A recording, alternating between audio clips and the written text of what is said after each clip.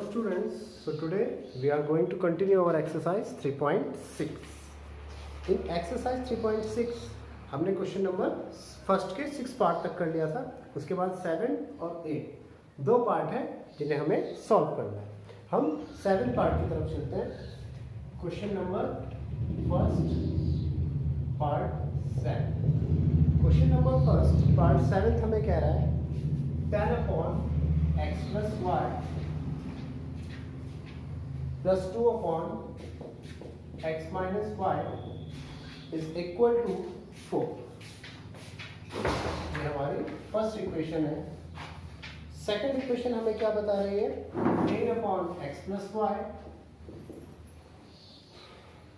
minus 5 upon x minus y is equal to minus 2। ये हमारी equation number second. अब मुझे इन दोनों इक्वेशंस को सॉल्व करना है। देखिए ये क्वेश्चन पुरानों से डिफरेंट कैसे है? वहां पर नीचे एक ही वैल्यू था, यहाँ पर दो वेरिएबल थे, यहाँ पर x और y। वहां पर कहीं x ही होता था, कहीं y होता था, u भी ऐसे ही होते थे। तो कोई प्रॉब्लम नहीं है, इसको भी करना सेम ही है। देखिए यहाँ पर 10 के साथ मल्टीप्लीकेशन में कुछ नहीं है तो हम क्या मान सकते हैं? 1। 2 के साथ कुछ नहीं है तो क्या मान सकते हैं? 1। 15 के साथ कुछ नहीं है इसका मतलब 1। एंड 5 के साथ कुछ नहीं है इसका भी क्या मीनिंग हुआ? 1। अगर आप क्लोजली वीडियोस फॉलो कर रहे हैं तो अब आपको पता होगा। अब हमें पुट करना है 1 upon x plus y is equal to u and 1 upon x minus y is equal to v। 1 upon x plus y equals to u and 1 upon x minus y equals to v। तो 1 upon x plus y, 1 upon x plus y, ये आ गया u। तो ये बना 10u plus 1 upon x minus y, ये बना v। तो 10u plus 2v equals to 4। ऐसे ही 1 upon x plus y, ये है u, तो ये बना 15u minus 1 upon x plus y, ये बन गया v is equal to minus 2। ये हमारी इक्वेशन 3 और इक्वेशन 4। अब हमें कोई भी कोएफिशिएंट सेम बनाने हैं। u के भी बनाए जा सकते हैं और v के भी बनाए जा सकते हैं। फिर से मैं u के कोएफिशिएंट सेम बना रहा हूँ। अगर आप ध्यान दें स्टूडेंट्स, अगर मैं फर्स्ट इक्वेशन थर्ड इक्वेशन में 3 से मल्टीप्लाई कर देता हूँ और सेकंड इक्वेशन में 2 से मल्टीप्लाई कर देता हूँ, ये किन नंबर से मल्टीप्लाई करनी है, किस इक्वेशन में करनी है, ये आपको खुद सोचना है। हमारा टारगेट होना चाहिए कि कोई भी कोएफिशिएंट सेम हो। मैंने फर्स्ट इक्वेशन में 3 से मल्टीप्लाई किया, इक्वेशन बन गई 10 3 जा 30u, 3 2 जा 6v, 4 3 जा 12। सेकंड फोर्थ इक्वेशन में 15 2 जा 30u, 5 3 जा 10 जा 10v, 2 2 जा 4। ओके, अब देखिए जरा हमारे पास ये जो इक्वेशंस बनी है फिफ्थ और सिक्स्थ नेम देता हूँ मैं इनको। दोनों इक्वेशन में u वाला कोएफिशिएंट सेम है। ऊपर भी u का कोएफिशिएंट 30 है, नीचे भी u का कोएफिशिएंट 30 ही है। मुझे एक कोएफिशिएंट हटाना है, चाहे वो u हो चाहे v। तो मैं u का कोएफिशिएंट हटाता हूँ। u का कोएफिशिएंट हटाने के लिए मुझे दोनों इक्वेशंस को सब्ट्रैक्ट करना पड़ेगा। तो हम यहाँ पर क्या करते हैं? इक्वेशन 5th माइनस इक्वेशन 6, दोनों इक्वेशंस को सब्ट्रैक्ट कर दिया। Equation 5 minus equation 6। जब भी हम सब्ट्रैक्शन करते हैं तो साइंस हो जाते हैं चेंज। ये माइनस हो गया, ये प्लस हो गया और ये plus. Plus 30u minus 30u cancel, 10v 6v, 16v 12 plus 4 16, या फिर v विल बी 16/16। तो v की वैल्यू हमारे पास कितनी आ जाती है? 1। v की वैल्यू 1 आने के बाद अब हमें u की वैल्यू फाइंड करनी है। u की वैल्यू हम किसी भी इक्वेशन में सब्स्टिट्यूट कर सकते हैं। तो सब्स्टिट्यूटिंग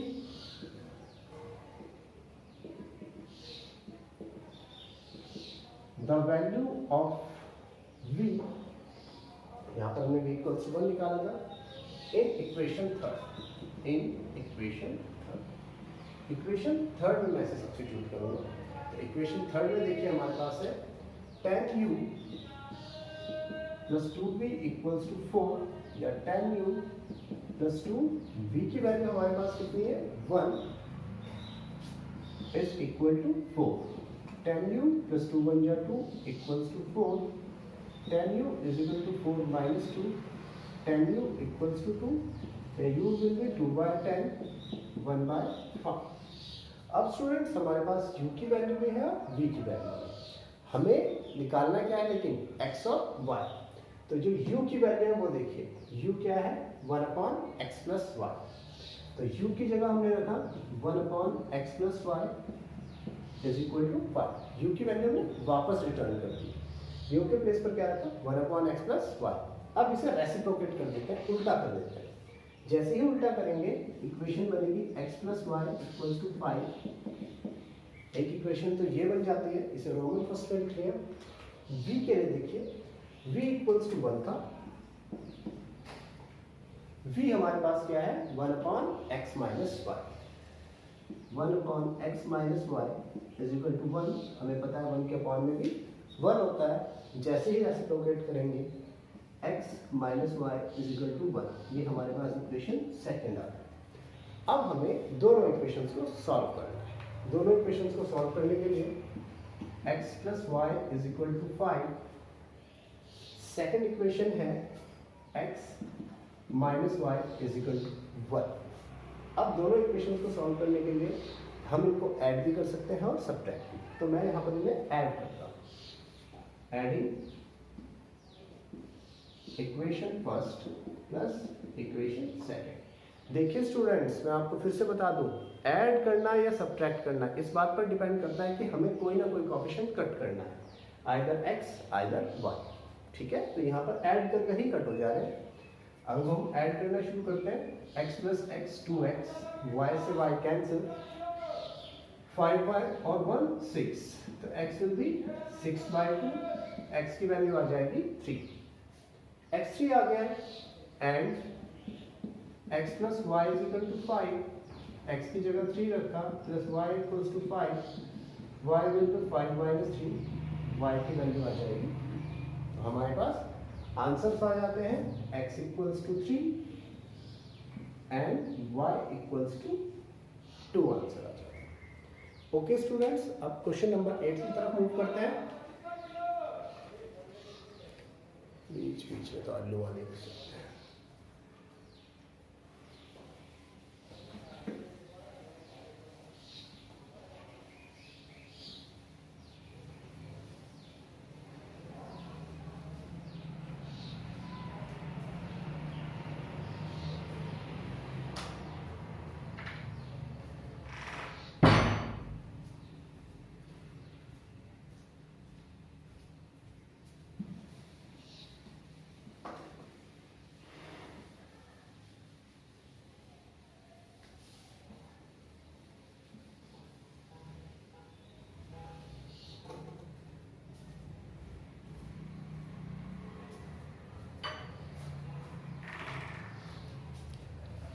नाउ स्टूडेंट्स, अब हम इसके 8th पार्ट की तरफ आते हैं। 8th पार्ट आप खुद कर सकते हैं घर में, मैं सिर्फ आपको इसका हिंट बता रहा हूँ। फर्स्ट का 8th पार्ट हमें क्या कहता है, हमें दो इक्वेशंस दी हुई हैं, 1/3x plus Y plus 1/3x minus Y is equal to 3/4 and second equation है 1/2 3x plus y minus 1/2 3x minus y is equal to minus 1/8। ये इक्वेशन फर्स्ट, ये इक्वेशन सेकंड। इसमें भी हमें वही प्रोसेस करना है। देखिए, पुट कीजिए 1/3x plus y is equal to u and 1/3x minus y is equal to v। 1/3x plus y equals to u and 1/3x minus y equals to v। जब मैं ये पुट करता हूँ हमारी इक्वेशन क्या बन जाएगी, 1/3x plus y को लिखिए u, 1/3x minus y को लिखिए v is equal to 3/4। ये equation third. 1/3x plus y को जब मैंने u लिखा, इतना पोर्शन u आया, नीचे 2 भी है, कुछ बच्चे से 2u लिख देंगे, नहीं, 2 तो डिनोमिनेटर में, 1/3x plus y को क्या लिखा u, डिनोमिनेटर में 2 आएगा, ऐसे ही 1/3x माइनस वाई को क्या लिखा, v डिनोमिनेटर में 2 इज इक्वल टू -1/8। अब आपको मैंने बताया था इस इक्वेशंस को कैसे सॉल्व करना है, जिनके अपॉन में होता है सभी के सभी डिनोमिनेटर्स का एलसीएम ले लीजिए और उससे मल्टीप्लाई कर लीजिए। यहाँ पर 4 ही है, इन दोनों के डिनोमिनेटर में 1 है, तो इस इक्वेशन को पहले 4 से मल्टीप्लाई करें। यहाँ पर 2 2 8 2 2 8 एलसीएम 8 है, इसे 8 से मल्टीप्लाई करें। तो जब हम मल्टीप्लिकेशन करते हैं 4 into U 4u plus 4 into v 4v is equal to 4 3 12 by 4, यहाँ पर सिर्फ 3 ही बचेगा। ऐसे ही 8u/2, आप देखिए 8 इंटू यू 8u/2, ये आ जाएगा 4u। ऐसे ही 8v/2 minus 4v is equal to -8/8 minus 1। अब इन दोनों इक्वेशंस को आप सॉल्व करके x और y निकाल सकते हैं। x और y निकालने के बाद थोड़ा u और v निकल जाएगा, फिर u और v को इनके इक्वल में रख देना, रेसिप्रोकल करना, x और y भी आ जाएगा। ओके स्टूडेंट्स, अब हम चलते हैं वर्ड प्रॉब्लम्स की तरफ। स्टूडेंट्स, इस क्वेश्चन इस एक्सरसाइज में 3 वर्ड प्रॉब्लम है, तीनों की तो टॉप लेवल वर्ड प्रॉब्लम है, मोस्ट इंपॉर्टेंट है स्टैंडर्ड एग्जामिनेशन के लिए। जो स्टूडेंट स्टैंडर्ड ऑप्ट करेंगे उनके लिए मोस्ट इंपॉर्टेंट है, और जो स्टूडेंट बेसिक ऑप्ट करेंगे उनके लिए भी मोस्ट इंपॉर्टेंट है।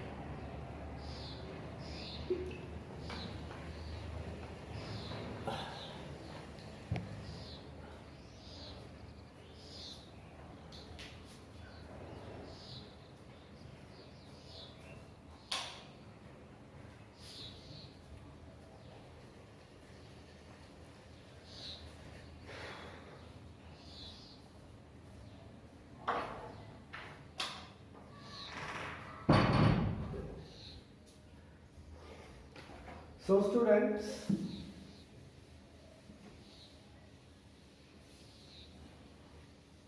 इसकी हम फर्स्ट वर्ड प्रॉब्लम पे आते हैं। Question number 2 word problem first. Question number second first word problem है, Ritu can row downstream 20 kilometre in 2 hours। Ritu can row downstream 20 kilometres in 2 hours, ठीक है, and upstream 4 kilometre in 2 hours, and वही Ritu can row upstream 4 kilometre in 2 hours, 4 kilometre in 2 hours। दो condition, ठीक है। तो हमें find her speed of rowing in still water and the speed of current. आगे क्या कहता है, find her speed in still water and the speed of current. दो चीजें फाइंड। देखिए क्या कहना चाह रहा है। अगर आप रोइंग समझते हैं, नाव चलाना, उसको रोइंग कहते हैं, जो ऐसे नाव चलाते हैं उसे रोइंग कहते हैं। तो रो जब कोई आदमी करता है, रो करने के लिए अगर वो बहाव के साथ जा रहा है, मान लीजिए इस तरफ ही नदी जा रही है और इसी तरफ हम भी जाना चाह रहे हैं, तो हम जो रो करेंगे उसकी स्पीड प्लस नदी की स्पीड दोनों ऐड हो जाएंगे। हम जो अपनी तरफ से स्पीड लगा रहे हैं वो और नदी की स्पीड दोनों क्या हो जाएंगी, ऐड। वो जो नदी की स्पीड है उसको कहते हैं करंट। नदी का जो फ्लो है उसको क्या कहते हैं, करंट। तो जब हम डाउन स्ट्रीम जाते हैं, जब हम डाउन स्ट्रीम जाते हैं तो हमारी speed plus speed of current दोनों ऐड हो जाते हैं। इस केस में ये ऐड हो जाता है। और जब हम अपस्ट्रीम जाते हैं तो नदी तो इस तरफ जा रही है और हमें उल्टी ऑपोजिट डायरेक्शन में जाना है। तब हमें क्या करना है, नदी तो एक फ्लो में जा रही है और हमें उसके ऑपोजिट डायरेक्शन में जाना है। इस केस में क्या होता है, नदी की स्पीड और फॉर इस केस में क्या होता है, हमारी स्पीड में से स्पीड ऑफ करंट जो हमारे ऑपोजिट डायरेक्शन में लगता है, हमारी स्पीड में से स्पीड ऑफ करंट माइनस हो जाएगा, क्योंकि हमें नदी के ऑपोजिट डायरेक्शन में जाना है, तो हमारी स्पीड में से स्पीड ऑफ करंट क्या हो जाएगा, माइनस, घट जाएगा। तो यहां पर हम अपनी तरफ से मान लेते हैं let the speed of boat in still water, boat की जो स्पीड है रुके हुए पानी में, कोई करंट नहीं है जहां पर, वो है x। रुके हुए पानी में स्पीड क्या है, x, and the speed of current, जो बहाव है उसकी स्पीड क्या है, y, बहाव की स्पीड क्या है, y। तो speed downstream, therefore speed downstream, downstream का मतलब होता है जब हम बहाव के साथ जा रहे हैं, जब हम बहाव के साथ जा रहे हैं, तो जो स्पीड होगी वो होगी हमारी बोट की स्पीड प्लस जो नदी की स्पीड है, दोनों ऐड हो जाएंगे। जब हम बहाव के साथ जा रहे हैं तो हमारी स्पीड प्लस नदी की स्पीड दोनों क्या हो जाएंगे, ऐड, एंड स्पीड अपस्ट्रीम, जब अपस्ट्रीम जा रहे हैं तो हमारी स्पीड में से नदी की स्पीड क्या हो जाएगी, माइनस, क्योंकि ऑपोजिट डायरेक्शन में जा रहे हैं, हमारी स्पीड में से नदी की स्पीड क्या हो जाएगी, माइनस, ये बन जाएगा x माइनस वाई। अब अगर आपको हमारा बेसिक फॉर्मूला याद है जो आपको शुरू में कराया था हमने, डिस्टेंस इज इक्वल टू क्या होता है, स्पीड इनटू टाइम, याद है आपको, डिस्टेंस इज इक्वल टू क्या होता है, स्पीड इनटू टाइम। तो कंडीशन फर्स्ट में देखिए, फर्स्ट कंडीशन क्या है, फर्स्ट कंडीशन में हमें ये कह रहा है कितनी, कैसे चल रहा है, डाउनस्ट्रीम, कैसे चल रहा है, डाउनस्ट्रीम, डिस्टेंस कितनी चली, 20 किलोमीटर, तो डिस्टेंस की जगह हम क्या देते हैं, 20 किलोमीटर, और जब डाउनस्ट्रीम चल रहा है तो स्पीड क्या है, x प्लस वाई, डाउनस्ट्रीम की स्पीड क्या है, x प्लस वाई, और तब टाइम कितना था, 2 आवर्स। देखिए डाउनस्ट्रीम स्पीड चली, डाउनस्ट्रीम जब गया तो स्पीड थी x प्लस वाई, टाइम था 2 आवर्स, दोनों को जब मल्टीप्लाई किया इक्वल्स टू आ गई डिस्टेंस। इसको अगर हम कट कर दें, 2 से 20 को कट कर देंगे क्या बनेगा, 10। तो हमारी फर्स्ट इक्वेशन बन गई x plus Y equals to 10, ये हमारी इक्वेशन नंबर फर्स्ट बन जाए। अब जब हम स्पीड, दूसरा केस क्या है, जब हम अप स्ट्रीम जा रहे हैं तो कितने डिस्टेंस कवर किए हमने, 4 किलोमीटर, तो डिस्टेंस, कंडीशन सेकंड, इस बार जो डिस्टेंस है अपस्ट्रीम के लिए 4 kilometre is equal to speed, upstream के लिए जो स्पीड है x माइनस वाई, और अपस्ट्रीम के लिए जो टाइम है वो वही 2 आवर्स का, 2 से 4 कैंसिल, तो ये आया x plus Y is equal to 2, ये आ गई हमारी इक्वेशन सेकंड, सॉरी यहाँ पर x माइनस वाई है। अब मुझे दोनों इक्वेशंस को सॉल्व करना है, आई थिंक ज़्यादा डिफिकल्ट नहीं है, अगर आप सॉल्व करना चाहें तो खुद भी कर सकते हैं। हमारे पास फर्स्ट इक्वेशन है x plus Y equals to 10, and second equation है x minus y equals to 2। देखिए अगर हम सिंपली इन्हें ऐड कर दें तो y कट जाएगा, तो adding equation first plus equation second, दोनों को ऐड करता हूं, x और x 2x, 10 और 2 12, x आएगा 12/2, 6 किलोमीटर पर आवर। ये हमारे पास क्या आ गई, speed of boat in still water, और substituting the value of x in equation first, इस इक्वेशन फर्स्ट में सब्स्टिट्यूट कर दीजिए, x की जगह रखा 6 plus y equals to 10, y equals to 10 minus 6, y आया 4 किलोमीटर पर आवर। तो हमारे पास स्पीड ऑफ बोट जो हमने x ली है वो कितनी है, speed of boat, let the speed of boat भी x ली थी, तो स्पीड ऑफ बोट कितनी है 6 kilometre per hour. Speed of boat ये है 6 kilometre per hour. And y क्या था speed of current. Speed of current 4 kilometre per hour. Okay students, आज इतना ही रखते हैं। अब 2 वर्ड प्रॉब्लम्स रह गई हैं वो नेक्स्ट वीडियो में। कल आपका टेस्ट होगा। Thank you.